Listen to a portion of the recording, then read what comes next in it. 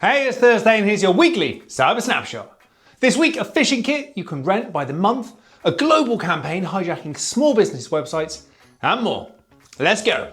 We start at the front door. Researchers have exposed a phishing platform called Forge365, sold on Telegram for $400 a month and built for one job: taking over Microsoft 365 accounts. It uses device code phishing, so your user sees a genuine Microsoft sign-in page and a genuine Microsoft code.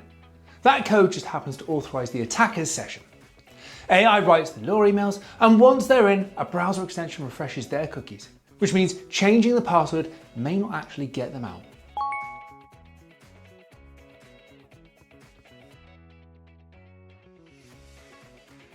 Okta has exposed a group it calls Pink, part of the same loose collective that gave us Scattered Spider. These ones pick up the phone, they ring your staff, tell them the company needs them to register a new passkey, and walk them through a very convincing Microsoft enrollment screen. There's even a fake recovery phrase to keep them busy. And while they're busy, the attacker registers their own passkeys on that account. Passkeys are phishing resistant, and cryptographically, they hold up fine. This attack does not break the passkey, it breaks the person.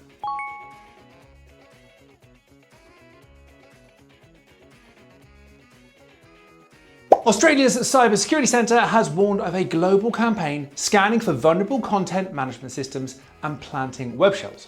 WordPress, Joomla, Craft, and a long list of plugins, including Ninja Forms, Gravity Forms, and WP Vivid Backup. Small and medium businesses are already among the victims, and the ACSC believes the campaign is AI assisted, which explains the speed of it. A web shell is not a defacement, and you won't see it. It's effectively a door left open on your server. And most small firms have a website somebody built 3 years ago that nobody has touched since. That is the target.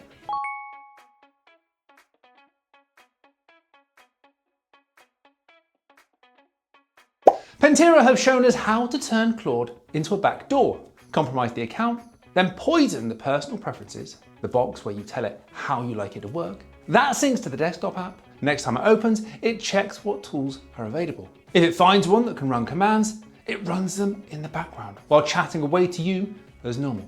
If it can't find one, it shows you a convincing error message telling you to install one. The assistant is now becoming the phishing layer.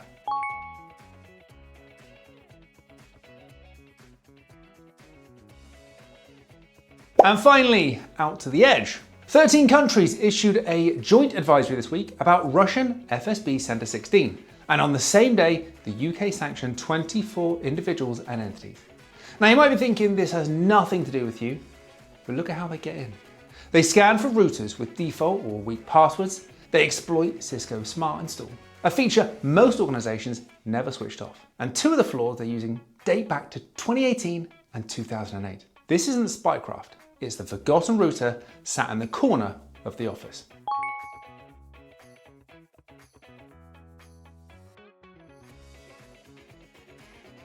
And that's all for this week. Follow us for next week's Cyber Snapshot.